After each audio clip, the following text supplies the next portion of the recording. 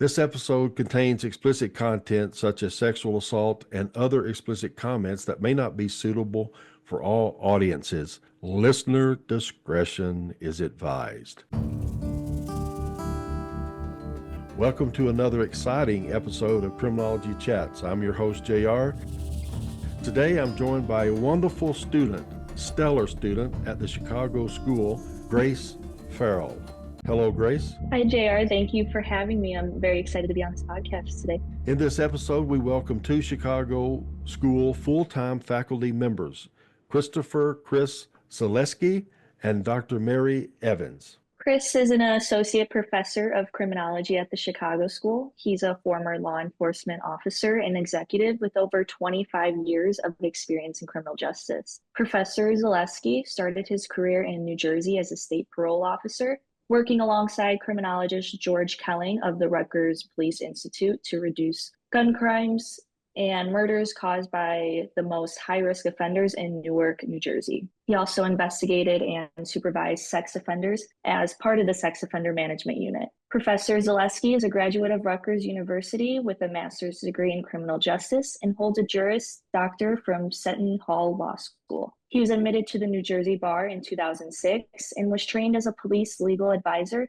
at the Federal Law Enforcement Training Center. After leaving New Jersey in 2011, Professor Zaleski served as the Chief Probation Officer of Denver County Court before working at a forensic toxicology lab and managing a restorative justice program. He entered academia in 2015 and is currently the department chair of the Chicago School's online criminology bachelor's degree program. Dr. Evans is an assistant professor in the BA criminology program at the Chicago School. She earned her MA and PhD in criminology and criminal justice from the University of Nebraska in Omaha.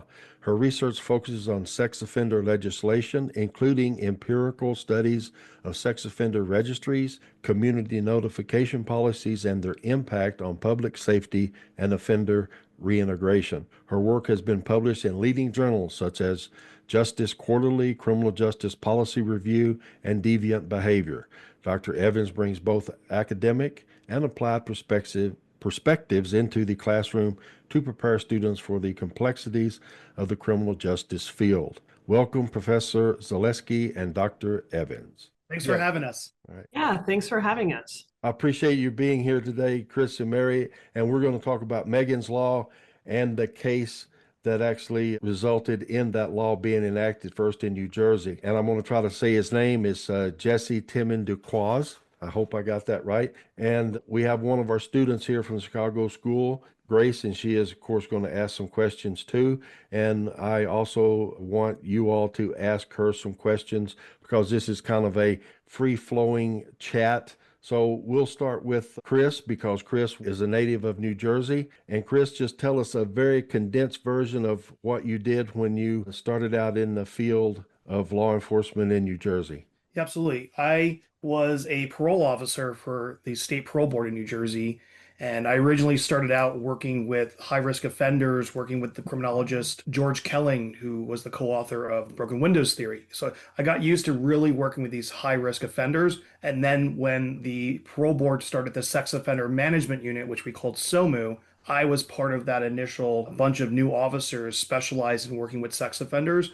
And so for most of the rest of my career at parole, I was supervising sex offenders in all of northern New Jersey and got to train law enforcement officers around the state on sex crime investigations and all that stuff. A very interesting field working with sex offenders as compared to most of the other criminals out there who were about drugs and guns and gangs. Sex offenders are just a different type of offender. And just for our listeners out there, some of them may not know about what a parole officer does on a daily basis. Could you give us a quick caption of what they would do on a daily basis? Absolutely. So a lot of folks always think parole officers are very connected to the corrections field, which is accurate. And they always think that we're in prisons. Parole officers don't really work in prisons. They're working out in the community. So when folks are convicted of a crime and they go away to prison, most people don't serve their entire sentence in prison. They get out on parole. So they're out on community supervision, and parole officers supervise those folks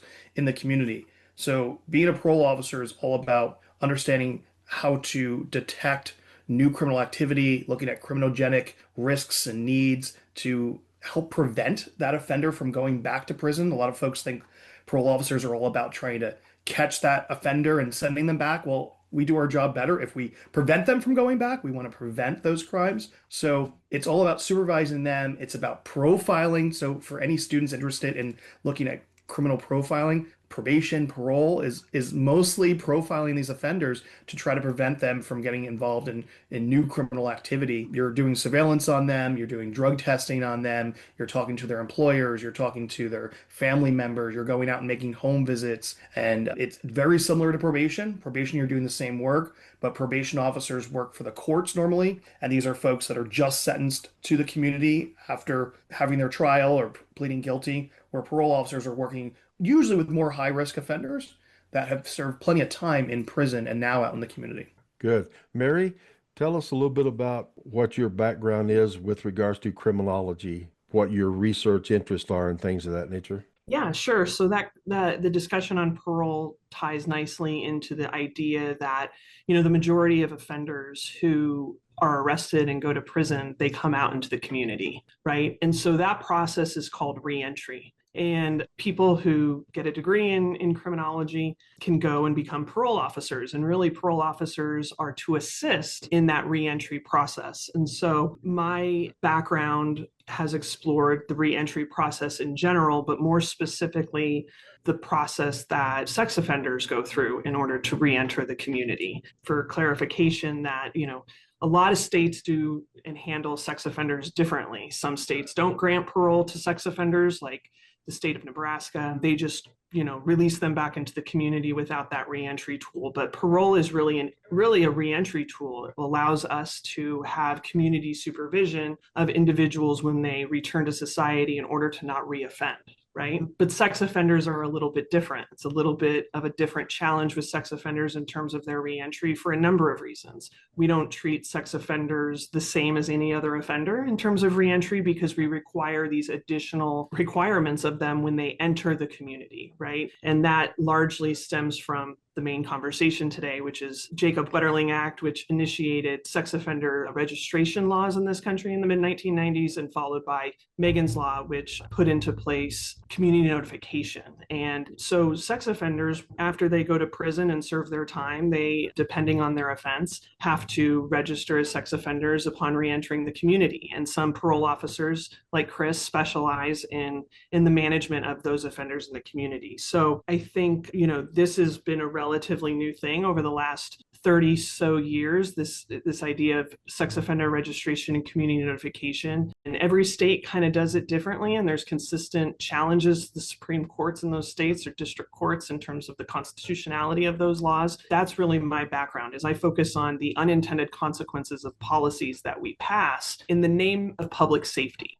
And so I think the question that should be asked now, and it is being asked by a lot of individuals who do this research, is, are these laws working, right? And so that's at the center of my research. And there's a lot of great researchers out there like Dr. Lisa Sample and Dr. Jill Levinson at Lynn University in Florida that have done a lot of research on this topic. So that's where my background is. And then that's where I tie into the conversation. Yeah, Dr. Evans, you talked about the requirements for the conditions with probation or parole. I guess either one of you could answer this. What do you think for New Jersey specifically, because this case was located there? What are the mandatory requirements for, let's just say specifically for the sex offenders? I'll take that since I supervised folks in New Jersey. So the conditions of their supervision, and I guess let me take a step back. There's actually two laws in New Jersey for sex offenders.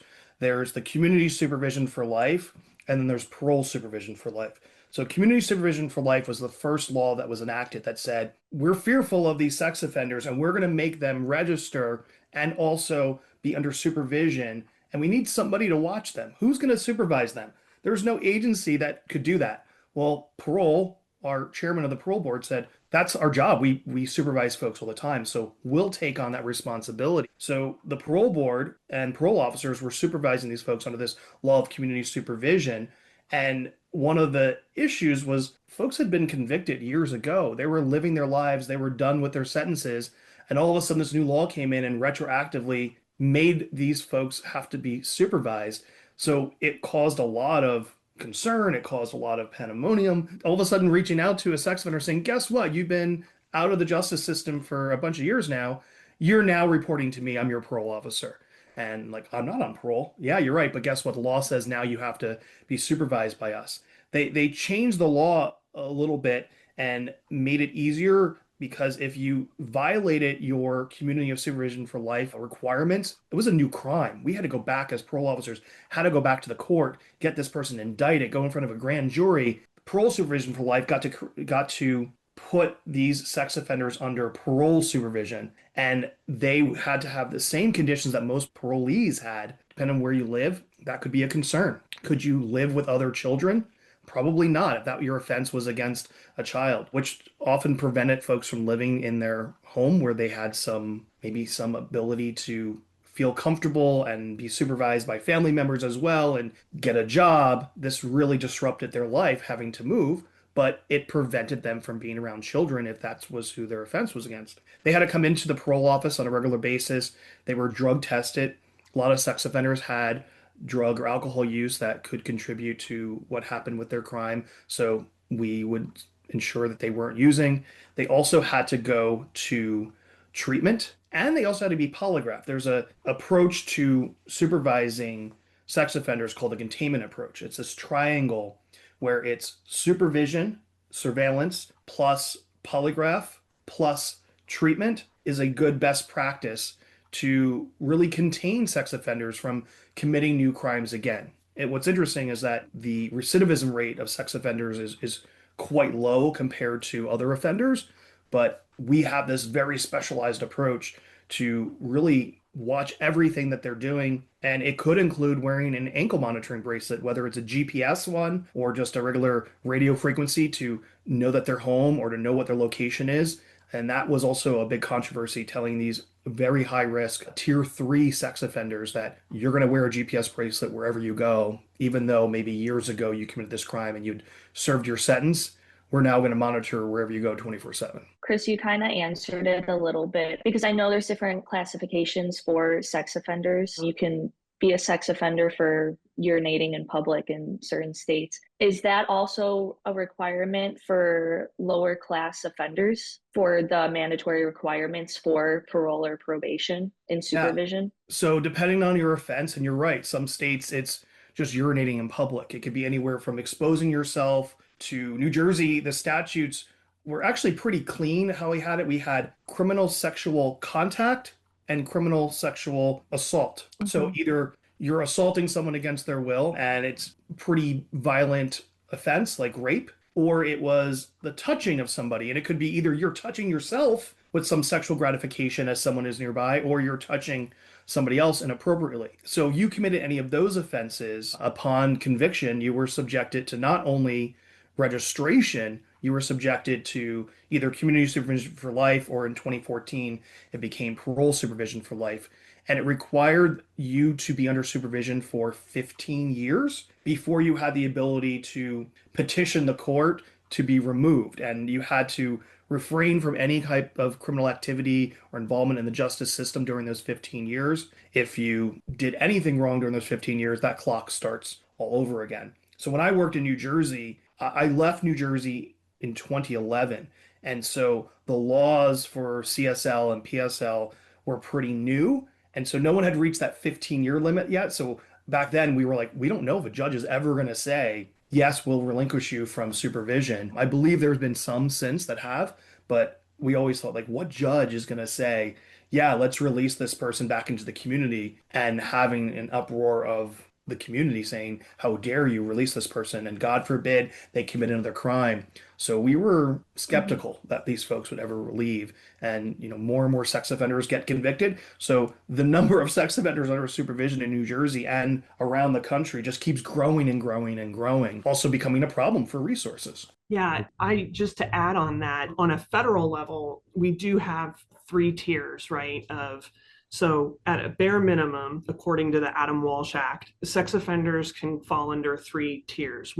Tier 1 would be offenders who are considered to be low risk offending, right? So sometimes, and this can vary, right? Because it's a person ultimately making this decision on how to classify an offender, right? And so this is going to vary across people who do this diagnosis, right? And these are psychiatrists who do this and how they are deemed to register. But level 1 offenses are usually considered to be low risk offenders. Sometimes those people have been classified as perhaps that 20-year-old who has a girlfriend who is 16 years old and has to register, and it's a one-time offense and they know that individual. And so that might require a level 1 offense, where level 2 is bumping it up. That seems to be those offenders who generally have, a sex crime that's a hands-on offense.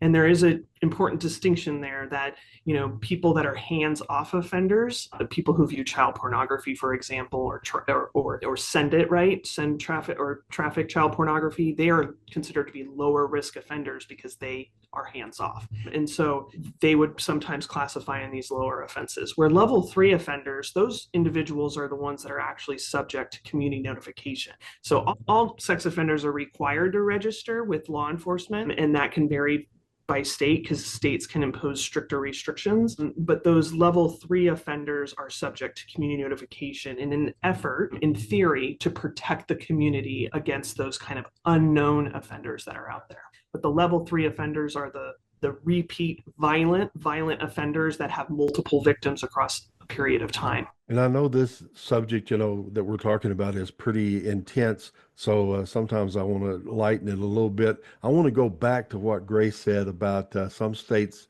say, you're a sex offender if you urinate in public. When I was in college, I'm glad maybe they didn't have that law back then. Not that anybody would do that in college, but, I think we need to educate the college students today that could be a problem. Okay. Absolutely, JR. And I think you make an excellent point. I bring that up in my classes. The students kind of are aghast at that, right? Because they've all done it. And they realize that, wait, like I could have gotten caught and maybe I would have had to register as a sex offender. And would I want to have to report to somebody for X amount of years and have kind of these restrictions placed beyond after you've served your sentence? And that's just a general debate in the field. But generally, the law has sided on the notion of, yes, they are supposed to do these restrictions in the name of community protection. It's not a punitive measure, as been deemed by the Supreme Court. Talk just a little bit about Megan's law in general,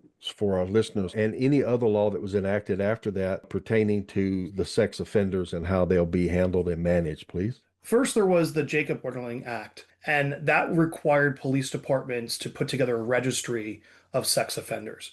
This did not include any type of community notification. And that's where Megan's Law came. So in 1994, 7-year-old Megan Kanka was murdered and raped by Jesse Timmendequas. He was a neighbor living across the street from her, and he lured her into his house saying, "I want to show you my puppy." She had just been riding her bike all day outside this beautiful summer day, wanted to go see this puppy, gets into house, and he ends up trying to sexually assault her. She screams, tries to escape. He becomes panicked, so he tries to strangle her. He ends up having her head hit the floor and hit a dresser. She goes unconscious. He thinks that she's dead, and he later, as he's trying to get rid of the body, thinks that he hears her cough, and so he then wants to dump the body at a park. What's interesting is that he was living right across the street from Megan and the Kanka family, living with 2 other convicted sex offenders, and Jesse Timmendequas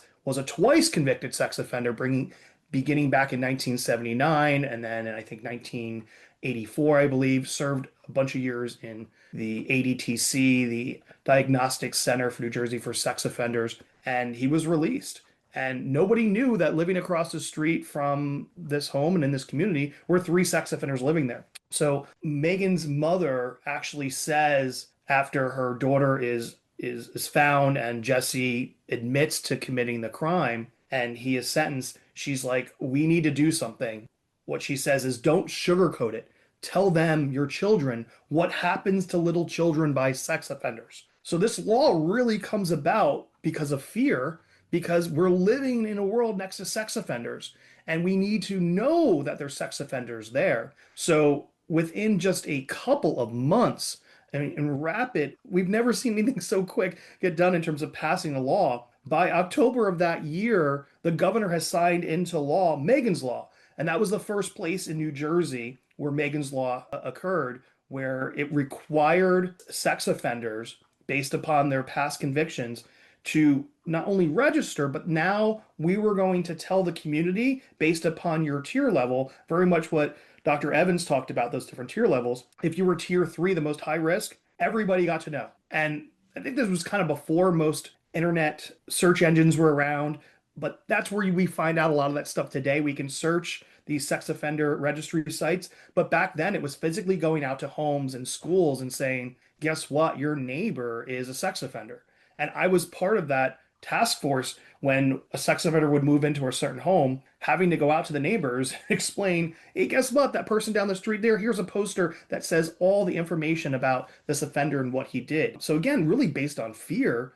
I guess I have a question for Grace at this point in time. Since this law was really based on fear, and yes, there's some good things about this law, and we want to protect our children, we want to stay safe in the community, and maybe it's a good idea to know who is a sex offender. But besides the fear factor, what do you think could be a collateral consequence to going up to a neighbor and saying, guess what, the person living next door is a sex offender? What do you think happens with that? I actually have a similar question for you. I was thinking about this, and I think it makes them a target.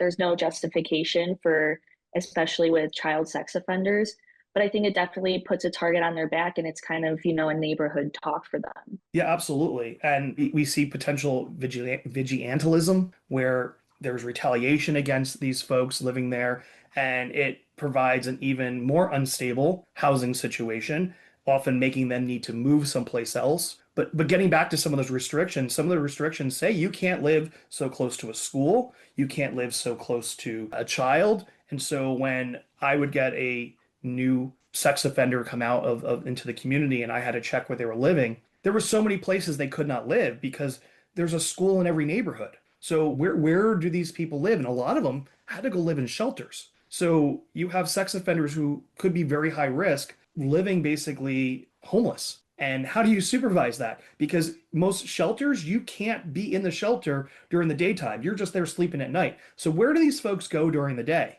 A lot of them would return back to their house, to their family members. Well, we would catch them there and say, oh, guess what? You're arrested. You can't live here. You can't be here. You're too close to a school. So there was a lot of unfairness, but made sense to the community. The community really has this assumption that once you're a sex offender, you're always a sex offender. They're always high risk. And that these strangers all over the place are coming after your kids, where in my experience and the data show that most sex offenders are people that we know. They're family members, they're caregivers, they're not strangers. So this law really is about protecting you from the rare occurrence, which that Jesse Timmendequas situation with Megan Kanka, that horrible crime, was a rarity. But it happens. A bunch do happen. But most of these crimes are committed by family members.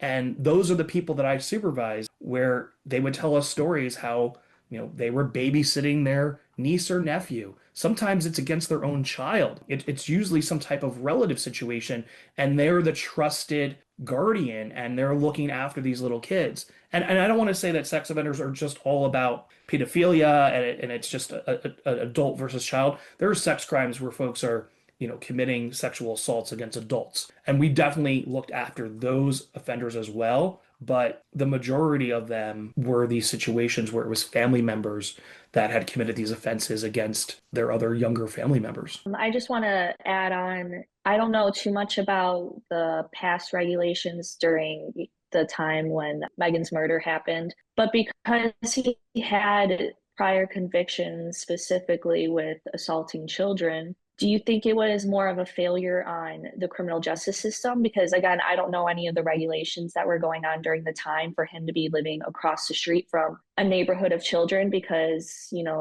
she was with friends at the time and then she disappeared. So do you think it was more of a failure on just the criminal justice and what they were supervising, or do you think it was just a reoffense? I think most folks would say it was a failure on the criminal justice system, but back then there were no requirements for community notification, so folks wouldn't know that offender was living there. And why I say it was a failure was because that's what public opinion is that the justice system failed folks. Yes. Is it a horrible situation that this crime occurred? Yes. Does that mean that we need to know where every single sex offender lives and that they need to be under supervision for the rest of their life, where we have so many other crimes where people commit burglaries and other heinous offenses and there's no registration or no supervision for these folks, but we're focusing on, again, going back to that fear, is we're so fearful of living near so-called sex offender that this stranger might come out of their home, because we have these, and Dr. Evans, we talk about this in our courses, the wedding cake model. These are these celebrated cases, these high profile cases that make the news, that fuels panic. We create these laws based upon panic and being tough on crime and, getting elected because we are that tough on crime person. But would that community notification, would that have prevented Jesse Timmendequas from committing the crime? I don't know. He might not have been able to live there if he was tier 3, but nothing would have prevented him from walking down the street and connecting with somebody. If they were supervised, maybe that would have been helpful. But I had so many people under my supervision that reoffended, not just sex offenders, but other types of offenders. We're not watching folks 24/7. It's trying to contain them, trying to prevent new crimes from happening, but it's not a perfect world. And I don't know that the justice system has failed just because someone commits a new crime. That is an act of deviance. There's a lot of deviant people out there who commit crimes, and we have these laws, hopefully to deter people from doing it, but to also punish people and maybe hope to rehabilitate them so they don't commit new crimes in the future. But in this particular case, what really caused the murder was that Jesse Timmendequas learned his lesson. He had sexually assaulted 2 people before, and they were able to leave his presence, and they reported it to the police, and he got arrested. This time he's like, I'm not getting caught.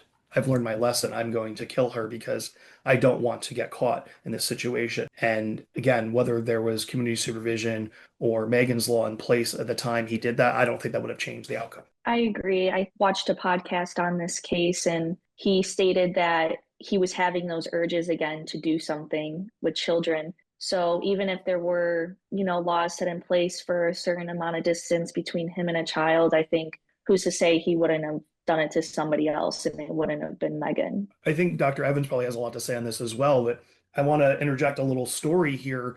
Part of the supervision of sex offenders is, I talked about the containment approach, and it's to give them a polygraph. So in New Jersey, part of our SOMU, Sex Offender Management Union, we had specialized officers who got trained to use the polygraph. And in our offices in northern New Jersey, I was located in Paterson, New Jersey, we had a small little office that had a black door. I think years ago it was a photography little studio in there. And that was where we were going to potentially set up our polygraph, because it's a very quiet area. We were all excited about this new time for parole and getting the polygraphs. And we put a sign on that door that said, "Polygraph in progress. Please be quiet." And so the sex offenders that would come to report to parole in our office would see that sign. And one of our sergeants knocked on the door once, opened the door slightly, and looked in. And this is an empty room. And he looked in and he said, "Oh, not yet. You're not ready for the next person yet? Okay, sorry," and closed the door. Well, there was a bunch of sex offenders that were visiting their parole officers at the time. We as parole officers laughed at that thing. That was kind of funny. Didn't think anything of it. The next day, the treatment provider who comes to our office at night to do treatment on these sex offenders said, "I didn't know you guys got the polygraph yet." I was like, "Well, we didn't. What do you mean?" Last night in group, they were all admitting to new offenses because they didn't want to get caught with the polygraph. And we told her the story about, we were just joking about it, but the polygraph was such a strong deterrent, I guess, in a way, that people did not want to get caught doing their next offense. And they were admitting to, let me take a step back. They weren't necessarily admitting to behaviors that they were actually committing new sexual assaults, but they admitted to like urges, and they admitted to maybe visiting playgrounds and things that they were not supposed to do, that helped us supervise them better and try to put more constraints on them. The polygraph is such an important piece to this, but again, it's kind of, it's the fear onto them to help admit so we can supervise them as well. And we don't polygraph other types of offenders, but we do that for sex offenders. And I think it is helpful. I think it's useful for us to supervise them better.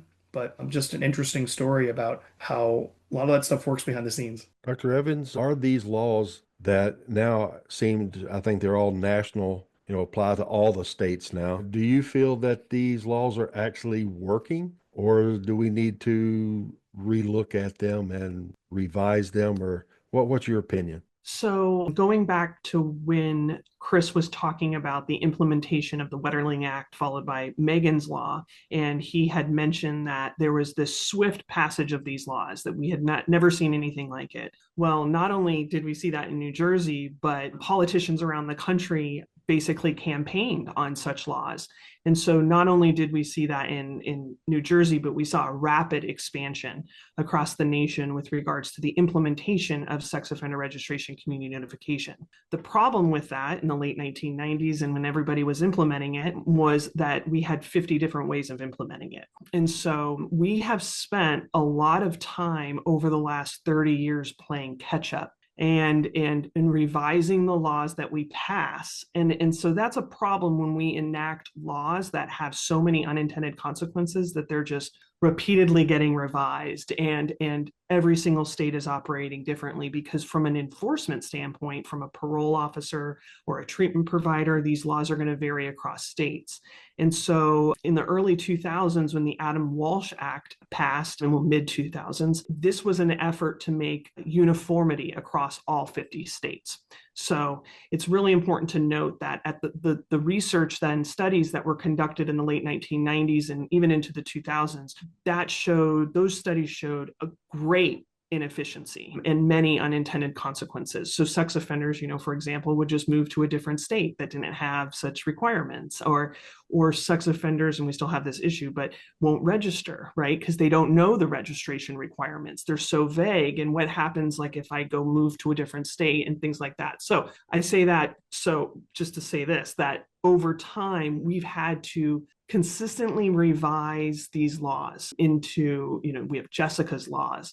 We had laws passed through the SORNA Act in the federal side of things that implemented these tiers, because, in some states, sex offenders, despite your offense, they didn't have tiers. And so the person who got caught urinating in public and the repeat violent sexual predator were notified to the community the same. And so we saw, unintended consequences of, like, if you could say, that low-level sex offender experiencing inability to find housing, inability to find jobs, inability to, they got kicked out of social groups, they got kicked out of churches. And when you isolate somebody in the community in that way, and they have no connections to the community, that really hinders their chances at life, which could force reoffending.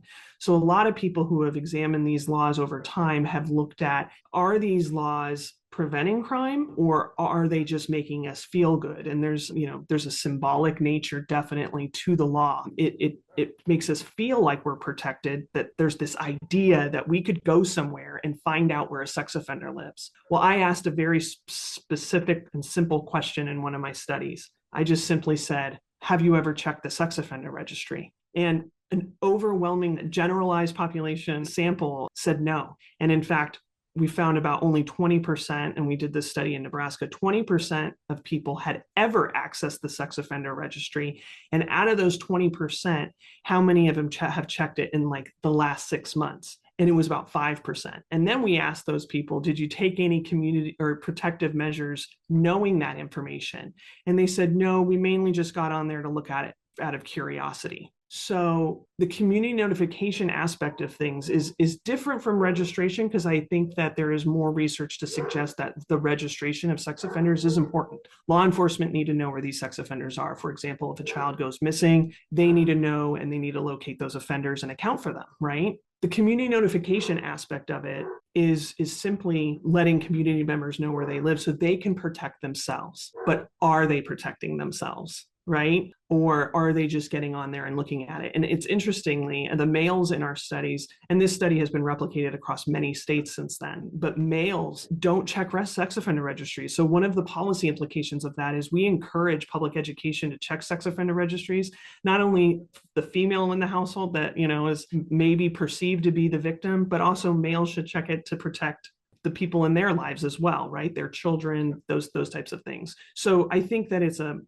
an interesting question. There's been some longitudinal meta-analyses that have been conducted that have looked at recidivism rates since the implementation of these sex offender laws, and we see same types of recidivism rates. Like Chris mentioned, they are lower compared to other offenders, like people who commit armed robbery, for example. They get out into the community, they actually have much higher recidivism rates for the same crime compared to sex offenders for the same crime. So it's there's a lot of different ways to look at whether or not they're effective or not. Residency restrictions, for example, that went into place. There's a lot of states and municipalities around the country that are not even doing residency restrictions anymore, because they understand that if a sex offender wants to commit a crime, they can get in their car and go wherever. And, majority of sex offenses take place within the family, right? 85 to upwards to 90% of all cases, or someone And so the tool, the sex offender registry that we have, people have to access it first, right? And then they have to take actions to protect themselves. And so is that happening, or are people getting on there and just out of curiosity seeing where sex offenders live? And I do want to just say one quick thing. When a citizen goes onto the sex offender registry online, they have to okay that the information that they're going to get off of that website, that they themselves are not going to use that in a vigilante manner. And there's actually crimes now that if you use that information as a private citizen to then harass or victimize or even harass the family members of sex offenders, that you can be arrested for that. So I think that it's very important to note that the reason why that disclaimer exists on the webpage is because there have been these vigilante attacks, not only on sex offenders themselves, but the harassment of their family members. And they often have to go live with their family members because they can't find housing when they get released back into the community. So there's a lot of different ways to look at the effectiveness of these laws. There's aspects that are effective more than others, like Amber Alerts.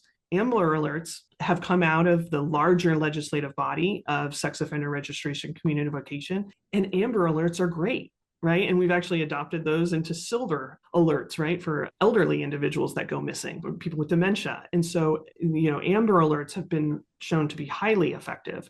Residency restrictions and community notification, we have to rely on the public. And with sex offenders too, they're required to register. The onus is on them to register. So if they don't want to register, because of the unintended consequences, they can't get a job, they can't find housing, they'll go under the radar. And that actually is a bad thing. The National Center for Missing and Exploited Children, they have an entire division that works with the U.S. Marshal Service, that their only job is to find sex offenders that have absconded from registration. And that's an automatic prison sentence if you get caught and you haven't registered. A couple hundred people that their sole job is to every day find out where missing sex offenders are across the country. Is it working? I don't know, right? But there's a proportionality issue too. We can't just send them all to prison for the rest of their lives. And some people will even go so far as we should put sex offenders to death, but that would violate the Eighth Amendment cruel and unusual clause. Dr. Evans, I think you skimmed over one of my questions that I wanted to ask you. From more of like a criminology aspect, do you think with the laws that are implemented, do you think it's a trial and error because of these unintended consequences? Do you think the crimes happen and then revisions happen, or do you think it's vice versa? Yeah, that's a great point. Usually it's the crime occurs and then the policy is revised. So a lot of states right now for example, have passed laws that prevent sex offenders from traveling internationally. It's to combat international trafficking, sex trafficking, and these individuals who go to foreign countries to seek out, that are registered sex offenders in the state of Colorado, for example. They can't go to Thailand on vacation, right? And it's to prevent further victimization of people around the country. So, and that's because of several people who have gone on, sex tourism and have continued to offend in that manner. And so we often pass laws reactively, right? And so we've just spent the last 30 years revising them. And, we used to be the case that we would, have juveniles be witness to community notification. And there was a lot of testimony on Capitol Hill. And now we've kind of moved away from that. But juveniles who commit sex offenses, often against peers or their siblings, they still have to register. Their school is notified and things like that. So there's been a lot of debate about understanding that juveniles are treated differently in our system on purpose. We have a juvenile justice system for them, but they are experiencing lifelong potential consequences of something that they did when they were 12, 13. So there's always this hot debate out there about that. The prevention, if crimes are occurring and then laws are being implemented into society, is there a specific way that there can be a prevention for that before it can happen? I think that majority of when children specifically, are victimized and those instances take place, within the family or, relatives, or when they go, for example, to a sleepover at a friend's house, right? This is a very slippery slope, but there are people that advocate for basically educating children that we can't rely necessarily on parents to tell their children about this, because sometimes parents are the perpetrators, right? And those children, and so there is a movement that they want to try to go into elementary schools and teach people, kids, right, about sexual victimization. But do we really want kids to learn about sexual victimization at such a young age, right? So it's a real catch-22. So I think that the solution sits in prevention, right? And also educating the public about who are the people we really need to watch out for. I have a friend who has 2 kids. And it was interesting. I was having lunch with her one day and I didn't know this about her, but I said, hey, let's go do this big fun thing, tonight. Why don't you, can like a kid go spend the night at one of their friends' house? And she said, I don't allow my children to have sleepovers. And I said, why? And she goes, well, I don't know. I might know those kids' parents, but I don't know that uncle that's visiting for the weekend. Right. And that might seem to be a little extreme, not allowing your child to have a sleepover, really being vigilant, right, about, protecting yourself and almost like target hardening, the opposite of that, right? Like arming people with the knowledge that the sex offender registry isn't going to save you, especially if you don't access it. And it's just something that you just like to have, and you just are really for its existence, right? I think education and I think prevention is key. Now, on a macro level, I think that in the United States, there is this kind of sex culture, rape culture, pornography viewing, and there's some literature to suggest that if you are obsessively watching pornography, I'm talking like it impedes your daily life, right? Like you cannot go to work. These are sex offenders that I've talked to, and they sit at home and watch pornography all day long. There are a lot of movements right now statewide that are moving to block access to sites like Pornhub and things like that, with this association of pornography and then maybe subsequent escalating violent behavior later on. But I do think that as a culture, there is something to be said. But sex offenses exist across all cultures, all socioeconomic demographics. And so, the real question is it maybe like a human behavior thing, right? Where is it that especially these habitual sexual, violent, sadistic level 3 sex offenders, how do they come about, rather than, and I'm not saying that this is a lesser sex offense, but perhaps the acquaintance rape that happens in a college setting, for example. That sex offense needs to be looked at very differently than perhaps the context in which a sex offense takes place against a child, for example. In a little bit of research that I did, there's some themes that keep reoccurring in some of these backgrounds of these perpetrators. Like, for example, in Jesse's situation, when his mother was pregnant, she drank throughout the pregnancy, which we know is not good. The living conditions was horrible. He had a real dysfunctional life. According to him and his younger brother, that their biological father sexually molested them repeatedly. And to keep them quiet, he allegedly had them eat their pet rabbit, drowned a dog in front of them, cut the head off one of their cats, and then allegedly they witnessed him rape a 7-year-old in their truck. And he threatened them again to not tell, or else he would do some bad things to them. Now, of course, he's been interviewed, believe it or not, and of course denied any of those allegations, and all of them, even though he has been put in jail for some of other criminal activities. He's now in his 70s. But The point being is, I want to ask, does research support links between being sexually abused as a child and later being a perpetrator of sexual assault yourself? Does this dysfunctional lifestyle, all this stuff I described, does that play a part in possibly pushing them down the path of being a sex offender themselves? I'll talk from my experience as well. I'll let Dr. Evans talk a little more about the research, but I think these are very similar, what we'll find. Most of the offenders that I supervised had some type of horrific history in their past where they were either sexually abused themselves, they grew up in horrible situations. I would read pre-sentence investigation reports that the court had put together before these people were sentenced to look at their criminal history and interviews with family members and other folks, basically a profile of this offender. And reading their background, sometimes it was so horrific and just disturbing what they went through. And so, in my opinion, yes, a lot of these folks who had these horrible backgrounds where they were abused themselves sexually, verbally, whether their family members were, I guess, for lack of a better word, like bad people as well, where they were involved in criminal history, they were really horrible drinkers or they abused them. These folks were the sex offenders that I supervised. Now, just because you've been abused in your past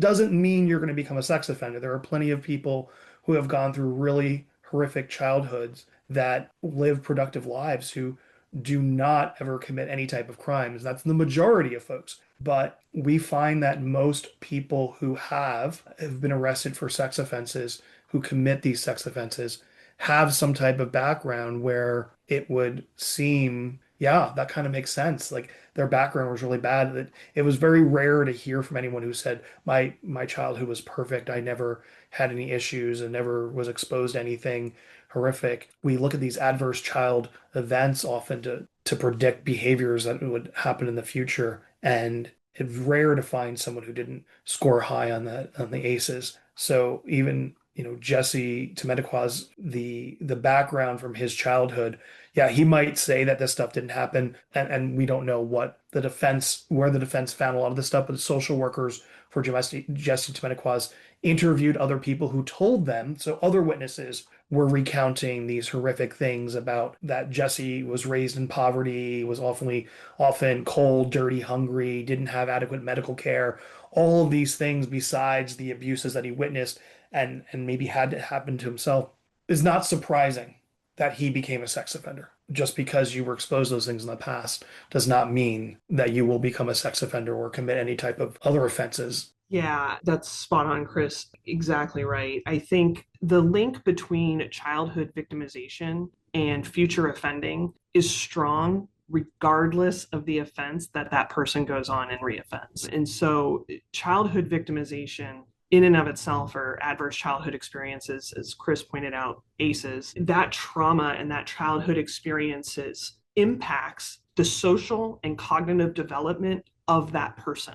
Right. And so as criminologists, one of the ways that we look at this is over the life course. We used to do a lot of research cross-sectional in nature, but statistical methods have advanced to where we can look at things that occur over the life course. And I think when we talk about why do people get involved in crime or how do they get to where they are, it's so important to look at their life course. And JR, like you mentioned, that the influence of fetal alcohol syndrome disorder, that has been examined. We have to look at people within the womb because that affects neurological development of the brain. And so when we look at things over the life course and we look at this particular situation, if he was exposed to alcohol in the womb and then he had extreme adverse childhood experiences as a young, also experiencing other traumas besides, victimization, but also neglect, right? And filth around him. But that perpetuates or almost triggers perhaps then kind of what we see further down the line.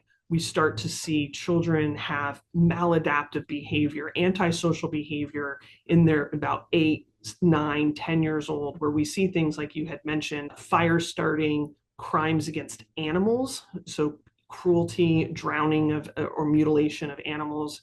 We see those kind of high risk behaviors very early in age, that's a thing, right? That should be a red flag when children are engaging in those types of things. But then that can further develop into onset psychological disorders. There are certain psychological traits that sex offenders kind of have. They tend to be very narcissistic.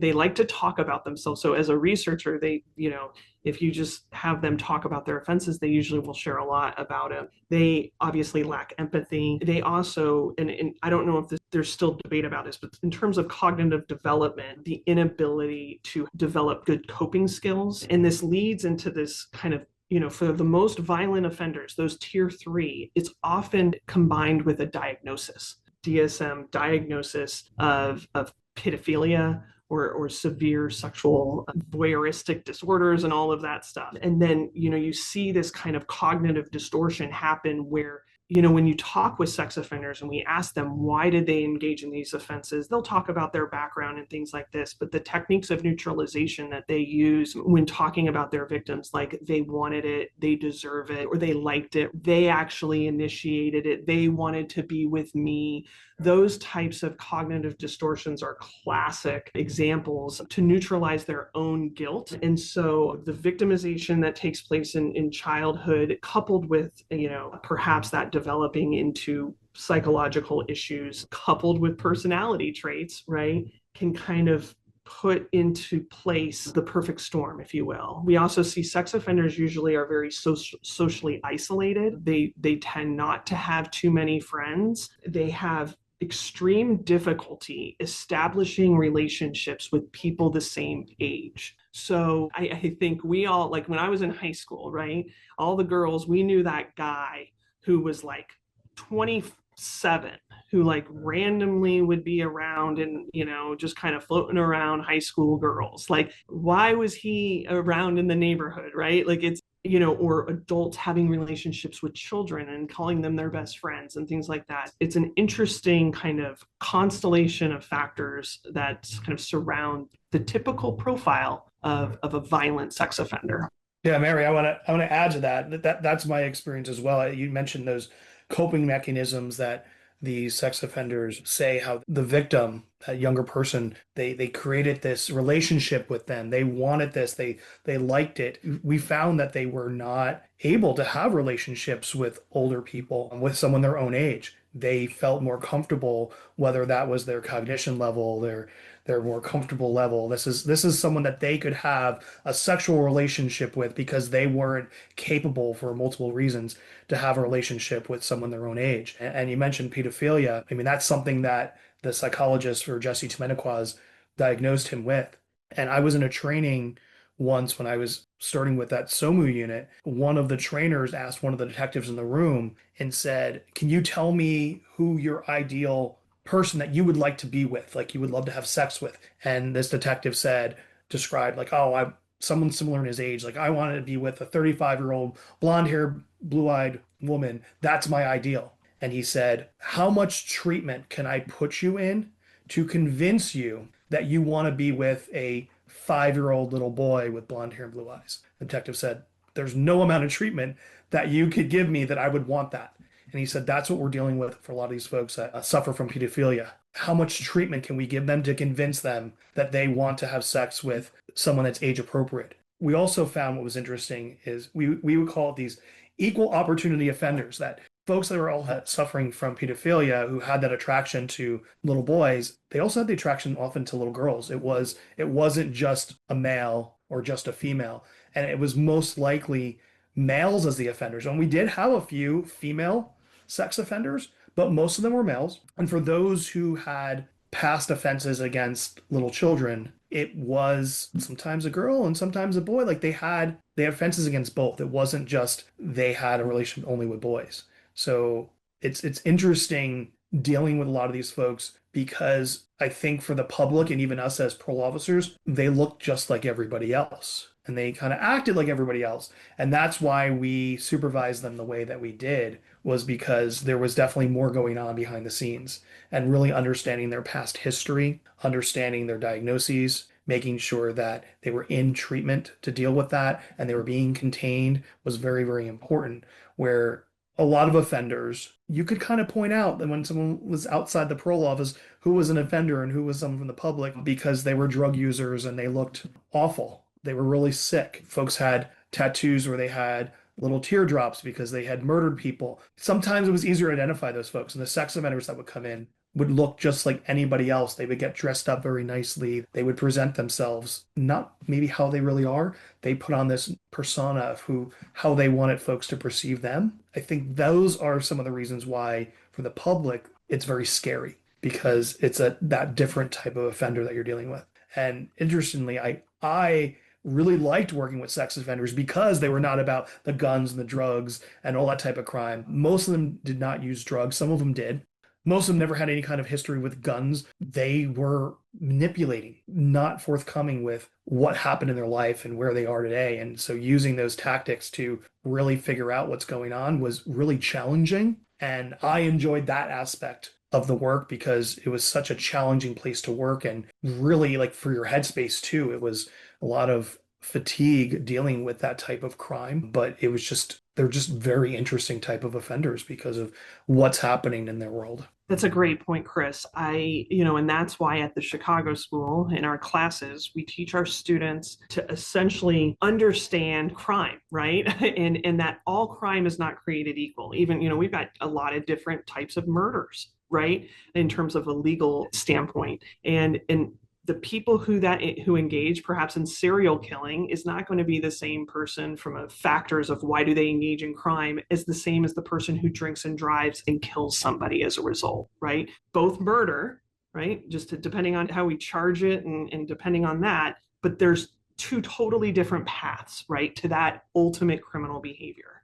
And so we need to be able to equip our students with this idea. If you have a specialized caseload as a parole officer of sex offenders, not all sex offenders are created equal. Some of them need extreme supervision. So if you are a parole officer who has, 65 sex offenders on your caseload and they need to meet with you 3 times a week, and you have to meet with all of them in the month, how are you going to prioritize to making sure that, who am I supervising? You need to be able as a practitioner to say, this one I've, got to watch. I've got to, they've got to have polygraphs. They have these types of tendencies. They have this type of victim, right? Versus the person who might have to register as a sex offender because they were that 25-year-old who got with the 16-year-old. Now I'm saying that that's bad too. I'm just saying that, when we're talking about a repeat violent sex offender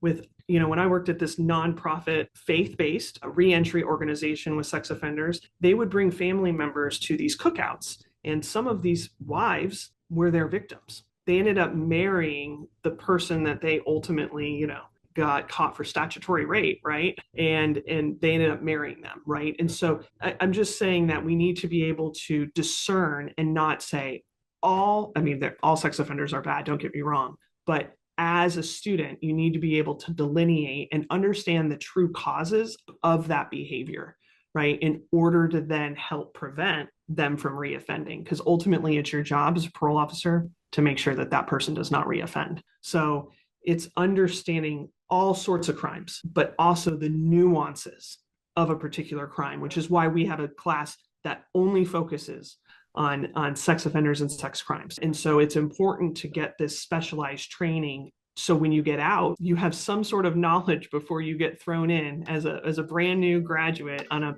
parole load, right? If you get a job with parole, supervising sex offenders or juveniles, right? We need to be able to understand them and how to approach them in order to prevent crime. We thank Professor Zaleski and Dr. Evans for being on the show today. Criminology Chats is brought to you by the Chicago School. For more information about the institution, please visit www.thechicagoschool.edu. I would like to extend my gratitude to the students who participated in this episode. We want to hear from our listeners, so please email us at crimpodcast@thechicagoschool.edu. That's CRIMPODCAST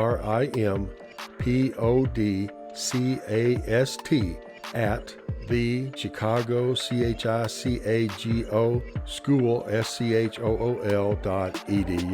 This podcast is produced and edited by A.M. Peters with additional post services provided by Audio Photo Synthesis. I'd like to give a special shout out to her because if it wasn't for her, this episode and all episodes would not be possible. So thank you so much, Amy. I'm J.R. Rainbolt, your host, and I eagerly anticipate you listening to our next episode. Be safe out there. The views and perspectives shared in these recordings are intended solely for informational purposes and do not reflect the official stance or policies of the speakers or the Chicago School. Any commercial products and manufacturers mentioned are included for informational reasons only and do not imply endorsement or approval by the speakers or the Chicago School.